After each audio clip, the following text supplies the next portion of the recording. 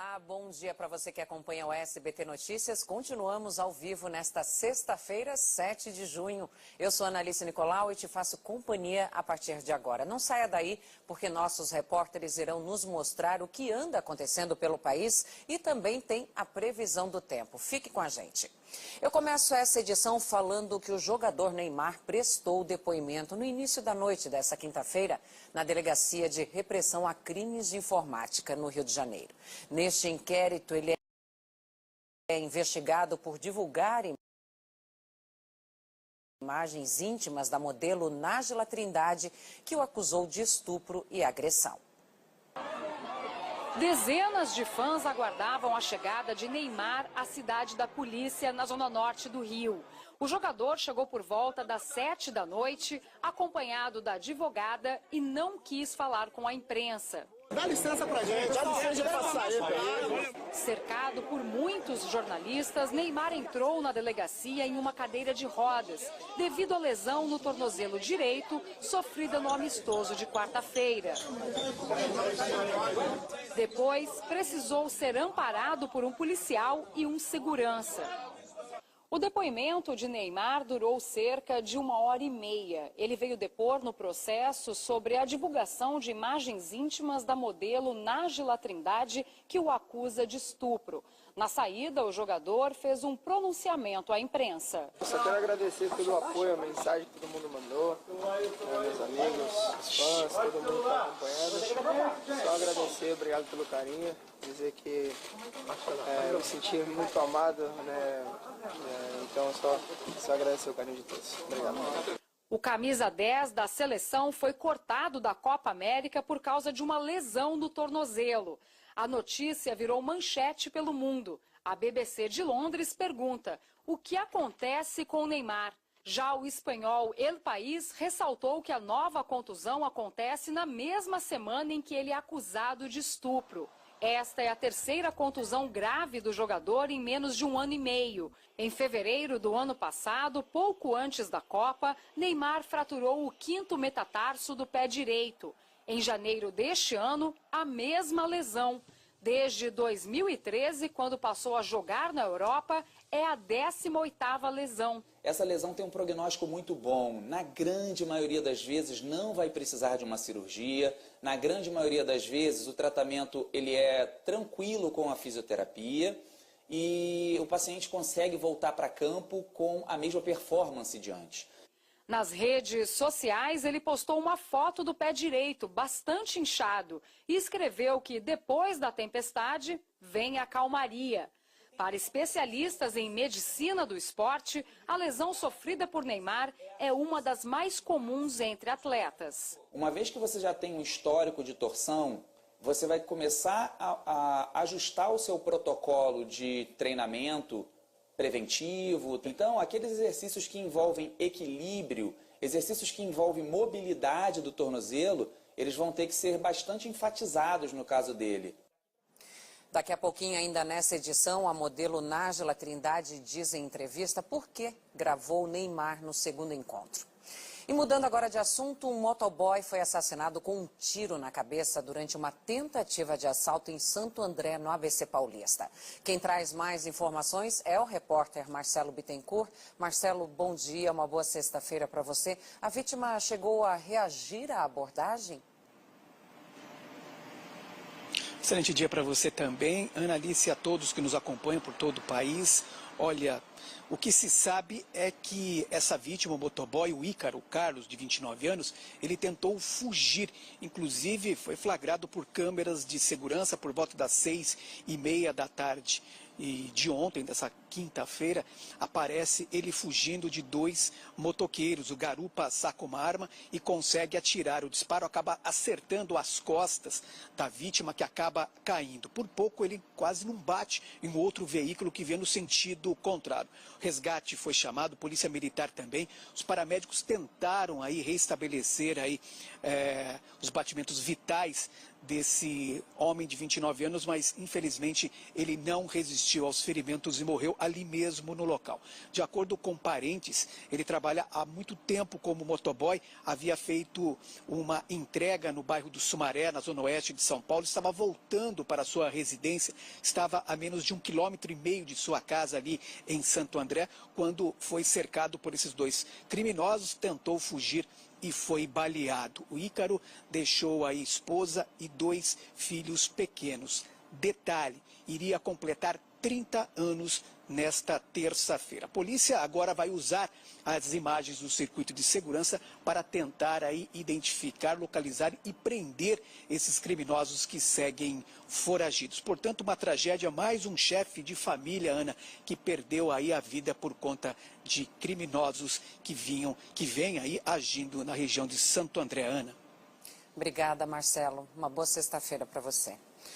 E olha só, uma sessão de hipnose fez uma mulher lembrar dos abusos que sofreu na infância. Hoje, com 38 anos, ela decidiu procurar a polícia para denunciar o agressor.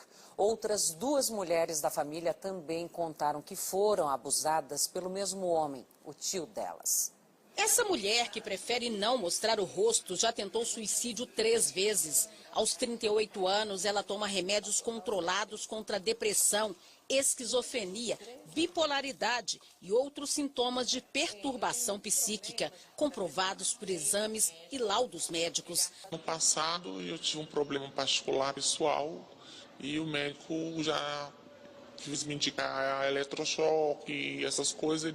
Ele me indicou que eu fizesse uma hipnose. Foi por meio de uma regressão que a vítima voltou à idade de criança e descobriu que foi abusada por um tio durante cerca de 8 anos. Na época, tio e sobrinha moravam nesta casa, aqui no bairro Santa Cruz, na região nordeste da capital.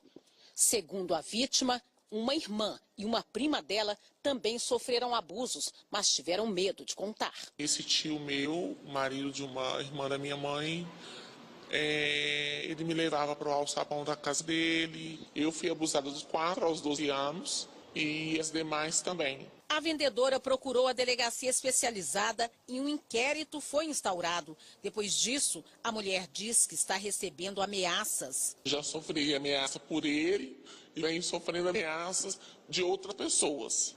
Pedindo para me retirar o processo, pedindo para me manter calada. De acordo com esta delegada, a denúncia já foi oferecida pelo Ministério Público. Para toda mulher que se sente ameaçada, existe a Lei Maria da Penha e a vítima, nesse caso, recorreu a essa lei e essa medida protetiva foi deferida. Então, hoje, o autor não pode se aproximar dela. Nós tentamos falar com o suspeito, mas ele não foi encontrado. Um caso parecido com o que acabamos de mostrar aconteceu em Juiz de Fora, também Minas. Uma adolescente de 15 anos foi abusada pelo tio. Segundo a polícia, a adolescente de 15 anos estava em casa quando o crime aconteceu. O suspeito é o tio dela. Ela mora no mesmo terreno que o tio dela, autor dos fatos.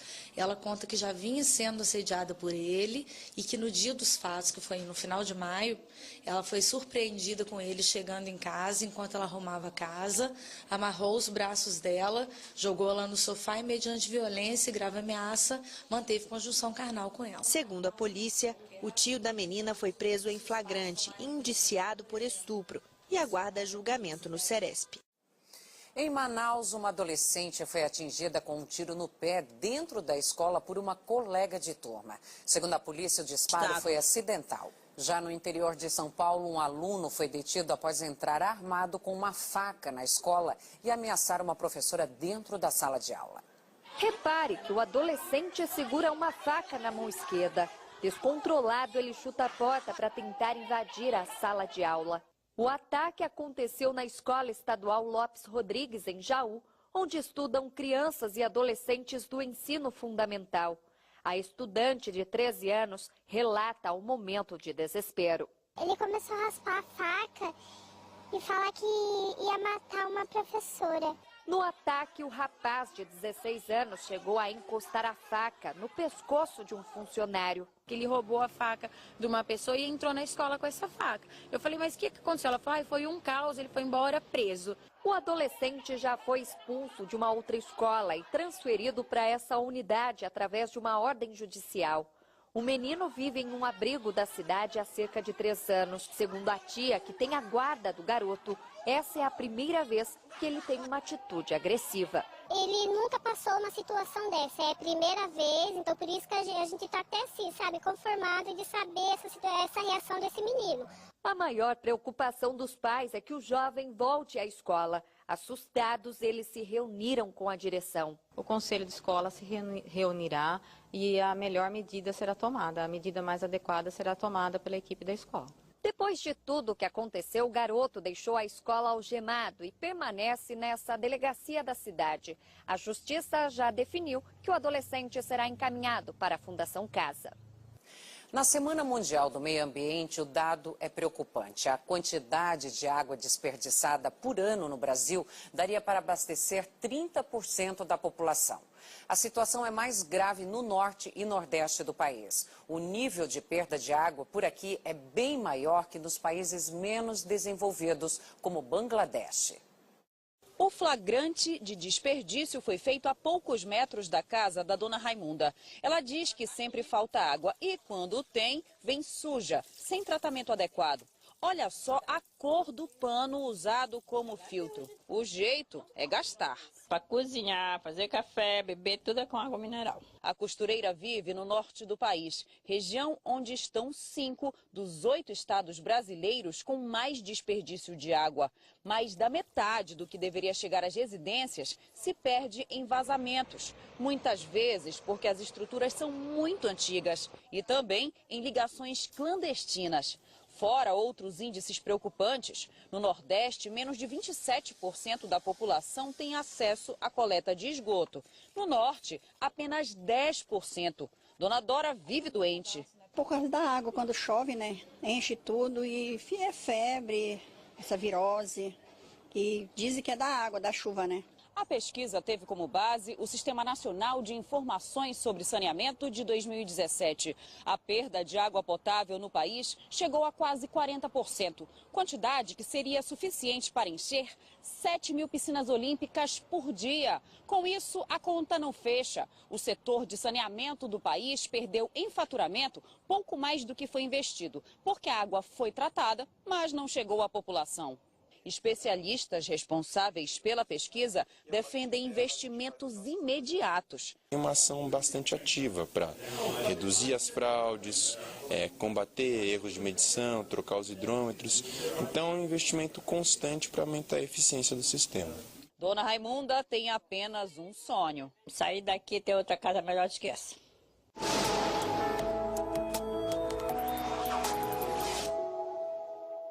O satélite mostra nebulosidade sobre a maior parte do país.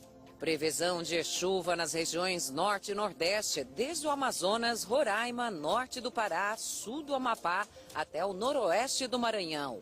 Outro destaque é a chuva que retorna ao sul gaúcho devido ao avanço de uma nova frente fria. A Marinha alerta que os ventos podem passar dos 60 km por hora em praticamente todo o litoral brasileiro.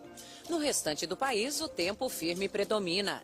A semana termina com frio em Curitiba, máxima de 20 graus. Em Belo Horizonte, tempo firme, máxima de 22. Em Rio Branco, faz até 33 graus. E na capital paulista, as temperaturas ficam amenas, com tempo firme e sol, máxima de 22 graus. E vamos às notícias internacionais. Um enfermeiro alemão foi condenado à prisão perpétua pela morte de 85 pacientes. Ele aplicava excesso de medicamentos na vítima até provocar um ataque cardíaco para então reanimá-la e se destacar entre os colegas como o melhor profissional. Nils Hegel tem 42 anos. Ele cometeu os crimes de 2000 a 2005 em mais de um hospital. As vítimas tinham entre 34 e 96 anos. Dos 85 assassinatos comprovados pelos investigadores, ele confessou 30. Existe a suspeita de que o número de mortos pode chegar a 300. Os corpos de pacientes cremados não foram examinados. O caso é considerado um dos piores assassinatos em série da história. O México anunciou que vai mandar mais guardas para a fronteira com a Guatemala para tentar conter o fluxo de imigrantes da América Central. 6.000 homens da Guarda Nacional vão ser deslocados para impedir a entrada de grupos que avançam rumo à fronteira com os Estados Unidos em busca de asilo.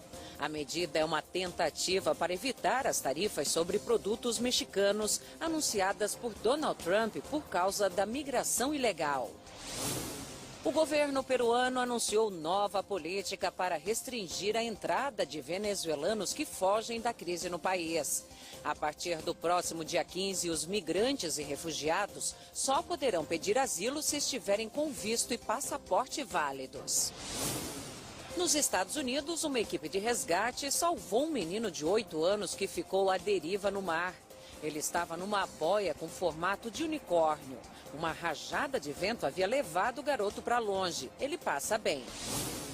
E o criador da série de televisão Empire confirmou que o ator Jussie Smollett foi cortado do elenco da próxima temporada. Smollett foi demitido por mentir ter sido vítima de um ataque racista e homofóbico. E de volta às notícias aqui do Brasil, a Justiça Federal em Brasília aceitou uma denúncia do Ministério Público Federal e tornou réu o ex-presidente Lula, além de 2 ex-ministros. Eles são suspeitos de receber propina da empreiteira Odebrecht em troca de favores políticos. Na denúncia, o ex-presidente Lula e os ex-ministros Antônio Palocci e Paulo Bernardo são acusados de corrupção passiva.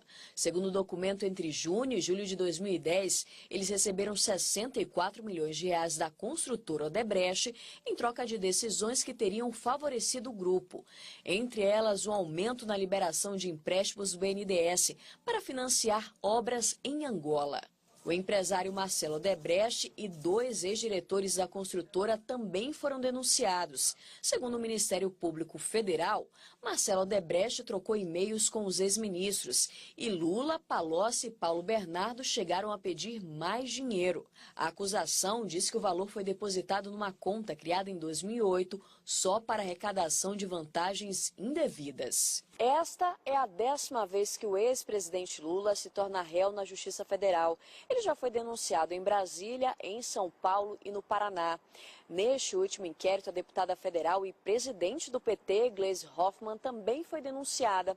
Mas, como tem foro privilegiado, será julgada pelo Supremo Tribunal Federal. Lula está preso desde abril do ano passado na carceragem da Polícia Federal em Curitiba. Ele foi condenado por corrupção e lavagem de dinheiro no caso do triplex no Guarujá.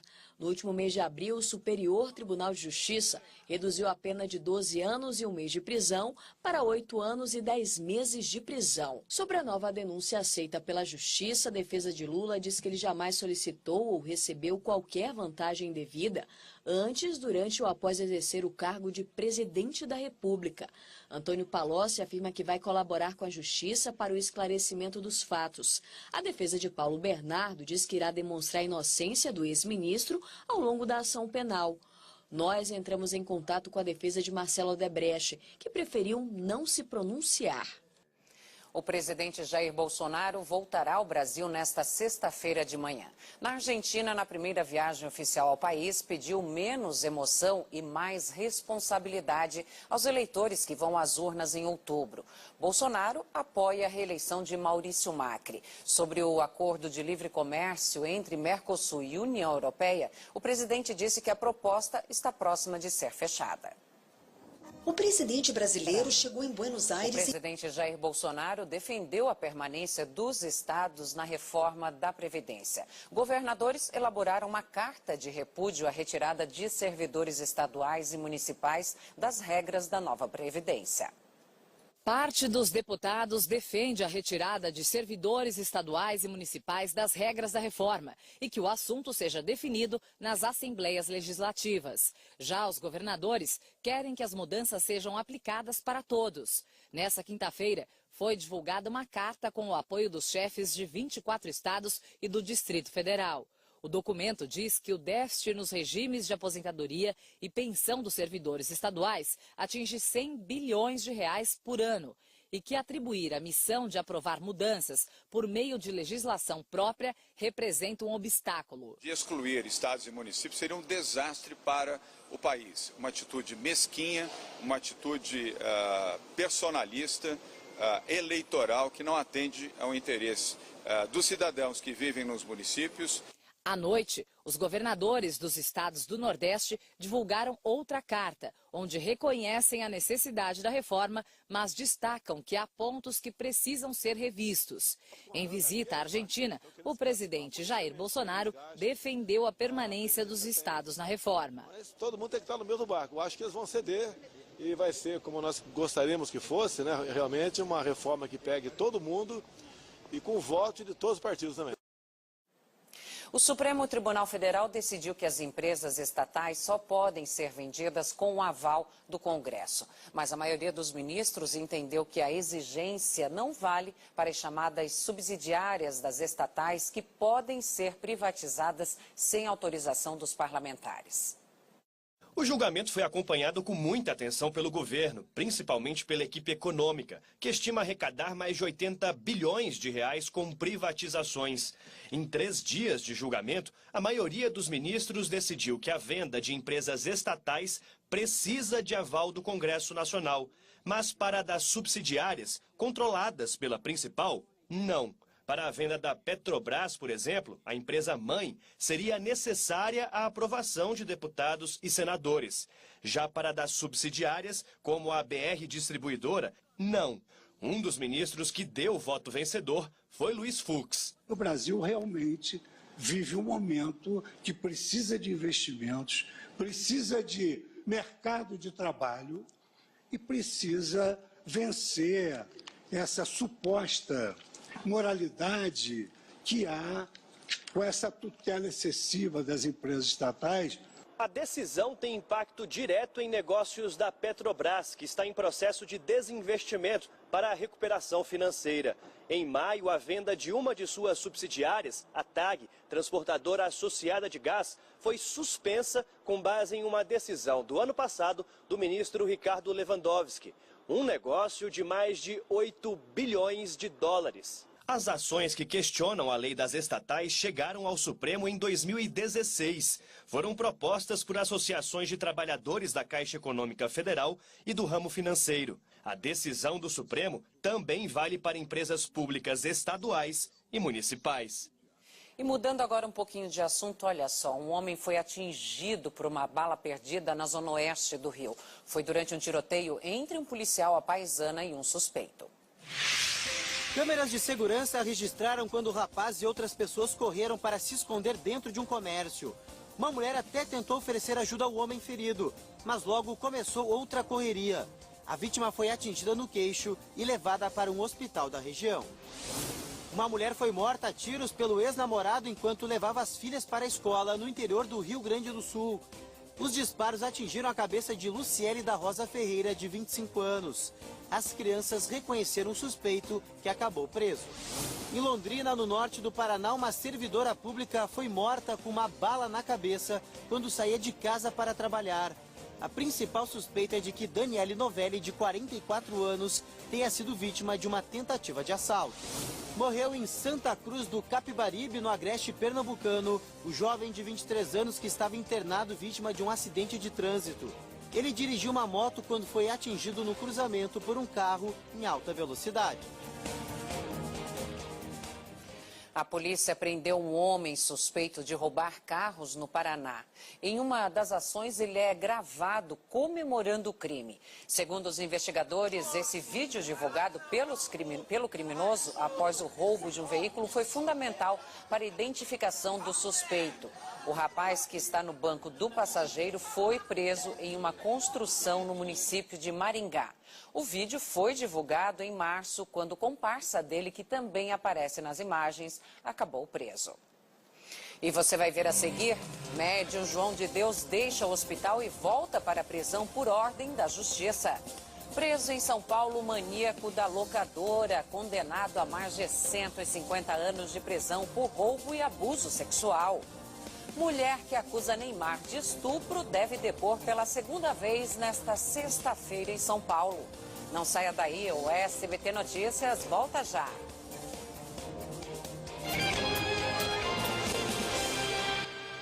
Estamos de volta com o SBT Notícias, agora são 4 horas e 25 minutos e neste momento faz 12 graus em Belo Horizonte. E olha só, a modelo Nájila Trindade, que acusa o jogador Neymar de estupro e agressão, vai depor pela segunda vez nesta sexta-feira em São Paulo. A polícia já ouviu o primeiro advogado dela e o médico que fez o laudo da modelo. Em entrevista exclusiva ao repórter Roberto Cabrini, Nájila Trindade Mendes explica o segundo encontro com Neymar. Diz por que o gravou e chora ao fazer um desabafo. Nájila mora num apartamento deste prédio na zona sul de São Paulo. A faxineira, que trabalha para modelo, esteve no edifício e encontrou a porta destrancada. A polícia foi acionada e intimou a funcionária, mas ela não apareceu. A informação de que, na verdade, teria sido um arrombamento chegou até a modelo, que ficou assustada por causa das ameaças que ela diz estar recebendo. A expectativa era de que Nájila prestasse depoimento nesta quinta-feira, mas não foi isso que aconteceu. O advogado diz que ela está abalada emocionalmente e deve comparecer à delegacia nesta sexta-feira. A delegada Juliana Lopes Bussacos, responsável pela investigação, diz que descarta a hipótese de uma condução coercitiva da modelo. Quem foi ouvido foi o médico gastroenterologista que fez o laudo a pedido de Nájila. Luiz Eduardo Rossi Campedelli disse à polícia que a consulta foi realizada no dia 21 de maio, 6 dias depois do suposto estupro. O advogado dele não quis dar detalhes do depoimento. Viralizou na internet o vídeo que seria do segundo encontro da modelo com Neymar em Paris. O jogador entra no quarto do hotel e fala com Nájila. Assim como? Dá para ouvir o som de um tapa que a modelo dá no jogador.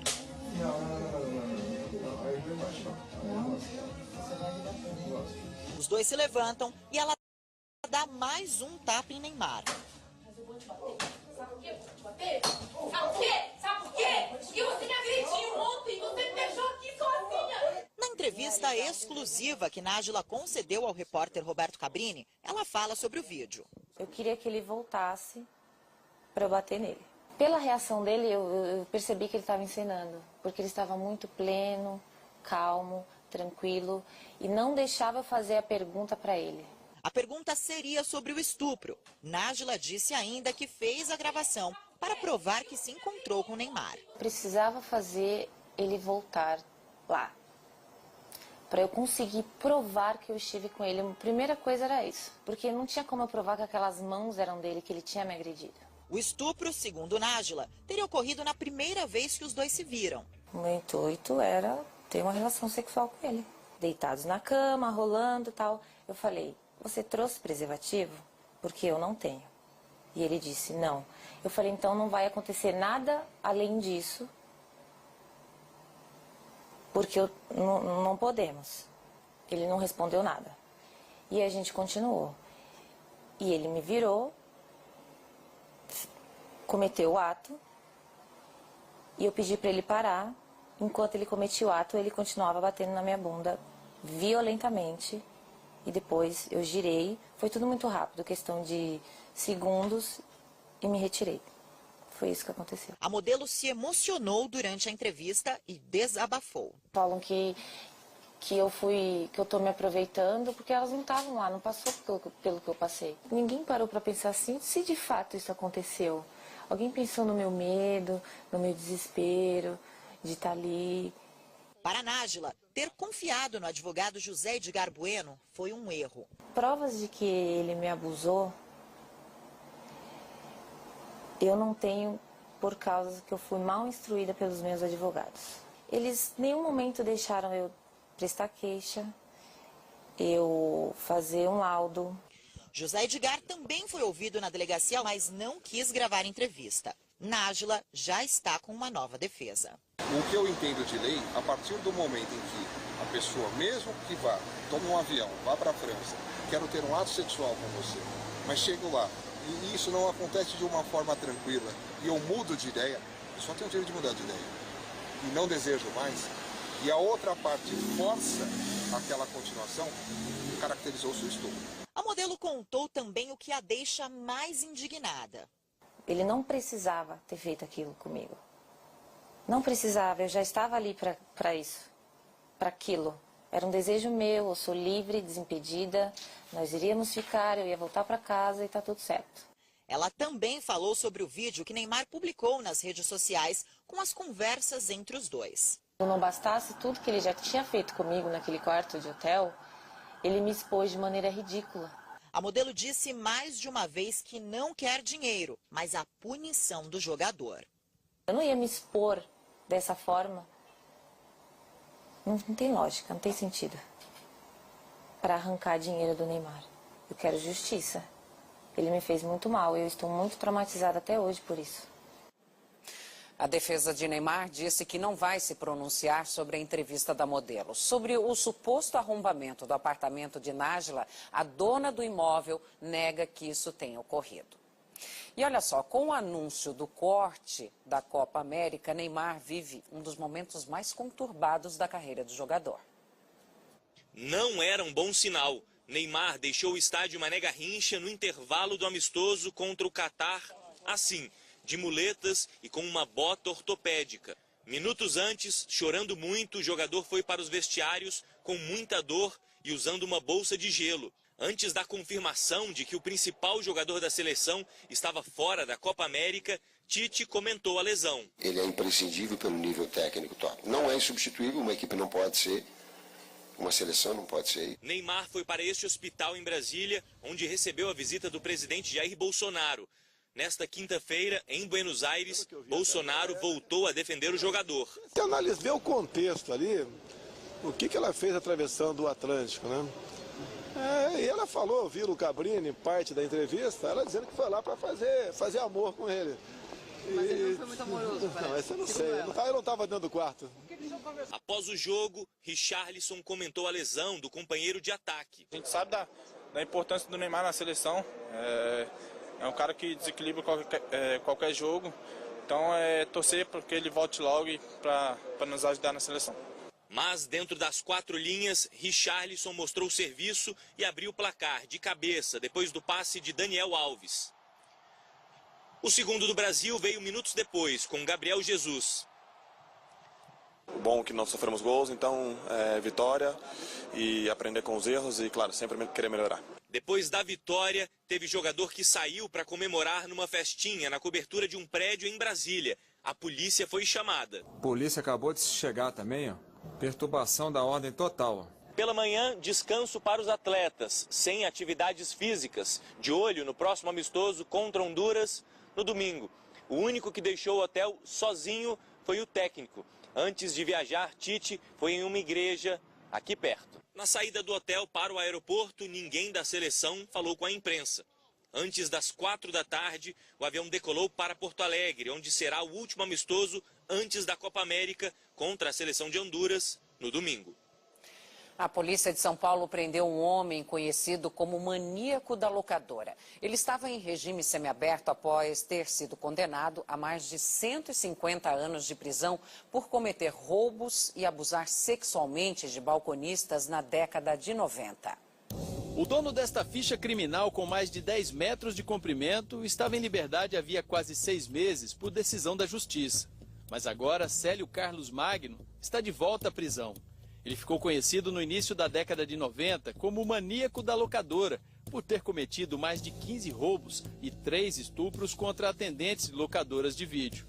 O Ministério Público recorreu da decisão de mandá-lo para o regime semiaberto e a Justiça expediu um novo mandado de prisão, desta vez para que Célio cumpra mais 24 anos em regime fechado. O documento nem havia chegado à delegacia quando uma denúncia anônima alertou os policiais. Mas antes que os investigadores o encontrassem, Célio Carlos Magno soube que estava sendo procurado e se irritou. Ele então veio até a divisão de capturas para questionar a delegada por que havia um mandado de prisão contra ele, o que facilitou o trabalho dos policiais. Logo que se apresentou aqui, Célio foi preso. Ele alegava que não poderia passar mais 24 anos preso, já que o Código Penal estabelece um período máximo de 30 anos na prisão. Como havia um mandado em aberto, o argumento de Célio não colou.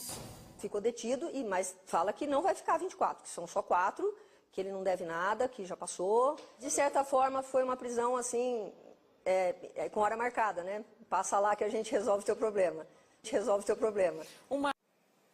Uma assessora especial do governador do Rio é acusada de agredir a amante do marido dela dentro de um shopping. A assessora Kátia Meirelles Castelo Branco teria infarto. A justiça condenou o homem que matou a namorada em fevereiro deste ano em São Caetano do Sul, no ABC Paulista. O marceneiro Givanilson dos Santos, de 26 anos, foi condenado a 16 anos de prisão. Ele matou a veterinária Paula Melo, de 38 anos, com quem ele morava junto há mais de um ano, com mais de 20 golpes de faca. O crime aconteceu durante uma briga do casal motivada por ciúmes. No Agreste de Pernambuco, um homem de 57 anos foi preso acusado de abuso sexual. Ele teria feito pelo menos 5 vítimas, todas menores de idade. A denúncia chegou até o Conselho Tutelar da cidade, de que pelo menos 5 meninas entre 9 e 11 anos haviam sido atraídas pelo homem que mora... Ele diz que nem conhece as crianças, depois ele fala que conhece algumas e outras não. E perguntado, então, em estado, né? Perguntando por quê. Então é mentira das crianças, né? Elas estavam inventando 5 crianças com mais 2. Tutelar. A cantora Shakira prestou depoimento em um tribunal de Barcelona e negou ter sonegado impostos. Ela é acusada de evasão de divisas no valor equivalente a mais de 60 milhões de reais. Terá de pagar multa e pode até pegar pena de prisão. Nas comemorações do Dia D na França, o presidente Emmanuel Macron aproveitou a presença de Donald Trump para defender as alianças entre os governos, o que é sempre colocado em xeque pelo presidente americano. Soldados veteranos. O médium João de Deus deixou o hospital e retornou ao complexo prisional de Aparecida de Goiânia, em Goiás. A transferência foi determinada pela 6ª turma do Superior Tribunal de Justiça nesta semana.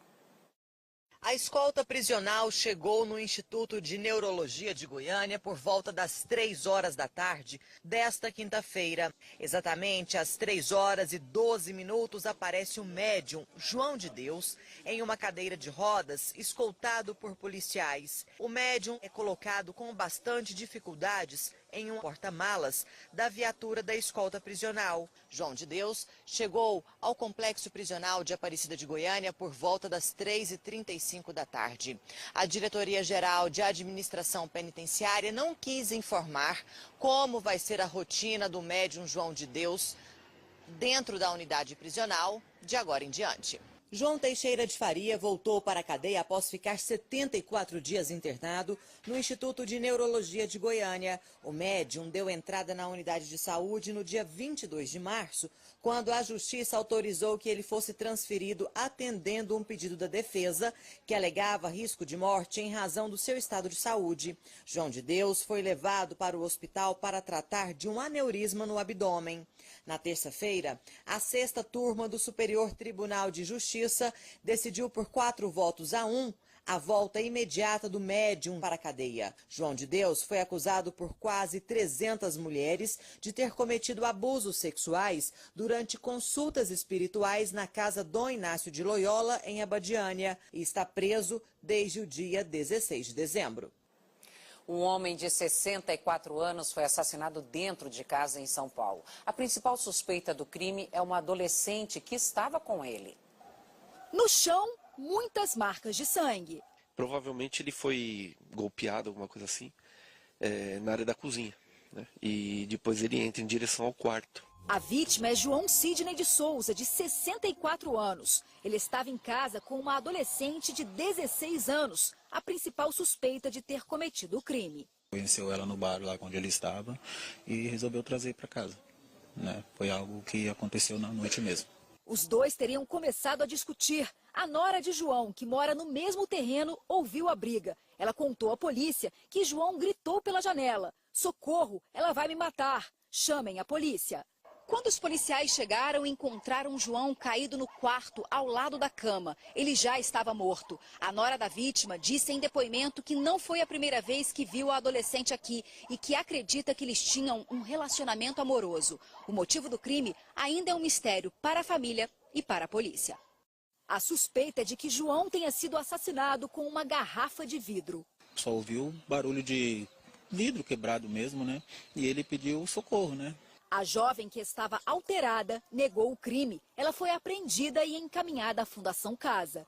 O corpo de João Sidney de Souza será enterrado nesta sexta-feira. O presidente Jair Bolsonaro sancionou a lei que permite a internação involuntária de dependentes químicos sem a necessidade de autorização judicial. A internação será feita em unidades de saúde e hospitais e vai depender da autorização de um médico. Outro detalhe é que a internação ou a saída do dependente da clínica só será feita com o aval da família ou responsável. Não havendo nenhum dos dois, o pedido será feito por profissionais da saúde ou assistentes sociais. O projeto de lei de Jair Bolsonaro, que pode isentar o motorista profissional do exame toxicológico, tem dividido opiniões. Nos mais de 20 anos de estrada, seu João já viu de tudo, inclusive colegas que não deveriam estar ao volante. Por isso, ele é a favor do exame toxicológico obrigatório para motoristas profissionais. Fazendo o exame, evita de motorista começar a andar drogado em cima da BR aí, causando um acidente. Tem muito? Tem muito, que até com esses exames que está tendo ainda a gente encontra, né? O exame é exigido desde 2016 para as categorias C, D e E. Caso dos caminhoneiros e motoristas de transporte de passageiros. Para o teste são coletados fios de cabelo ou pelos do corpo do condutor. A amostra consegue detectar se houve consumo por no mínimo 3 meses antes de substâncias psicoativas, como o rebite, por exemplo, muito usado por caminhoneiros que querem ficar acordados mais tempo.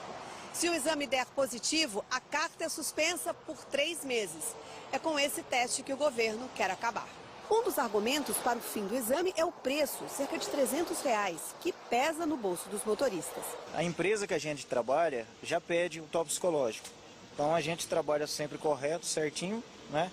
E quando vai fazer a habilitação, está muito caro para renovar. O valor está muito alto e a gente tem que arcar com todas essas despesas. O presidente da Comissão de Trânsito da OAB considera a proposta do governo um erro, mas reconhece que o exame sozinho não é suficiente para dar segurança no trânsito. Teremos acidentes mais graves, fatais e acidentes envolvendo terceiras pessoas que poderiam ter sido evitados se houvesse esse controle prévio e as blitz que não acontecem a respeito desse fato, ou seja, aumentar a fiscalização seria o mais importante. Sou contra pelo valor e pelo exame também sou contra. Pelo exame também sou contra. O exame tem que influir em todo mundo, tanto para os caminhões pesados como os carros pequenos, leves também.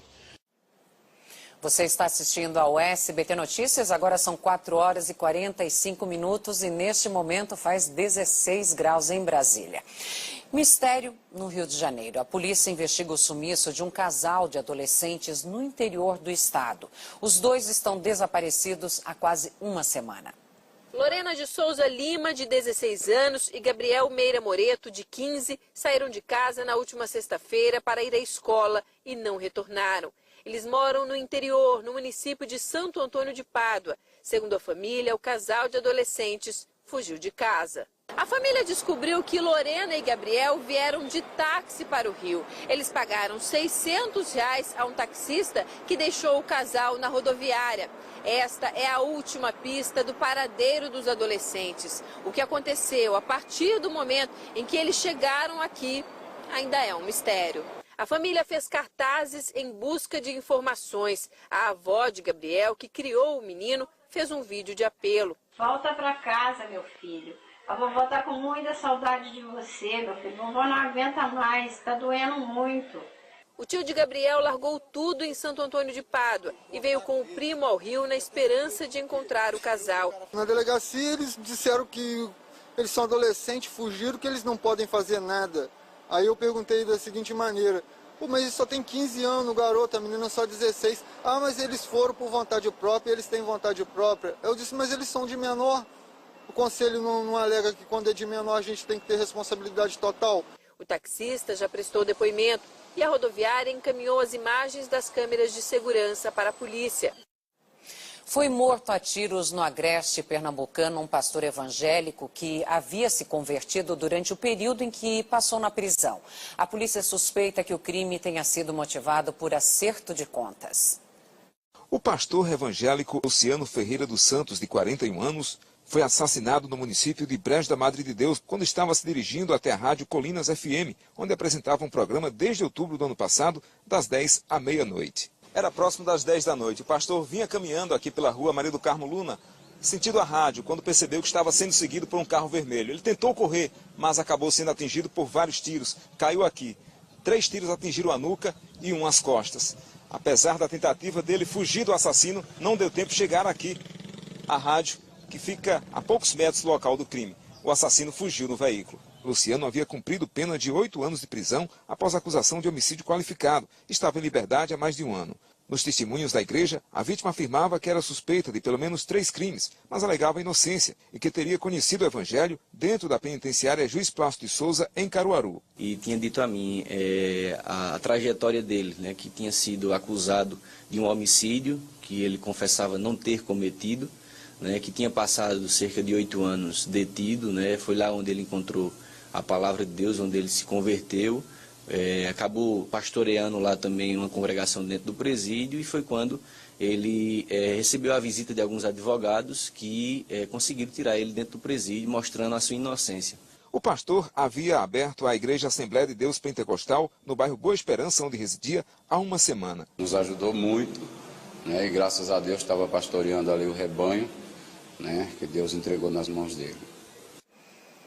Continua internado um menino que foi atingido por uma bala perdida no Espírito Santo. Segundo a família, a projétil ficou alojado a 1 centímetro do coração da criança. No bairro. A criança baleada. Agora veja esse absurdo. 2 estudantes espancaram um cachorro e jogaram o animal do 2º andar de uma escola da Grande Porto Alegre.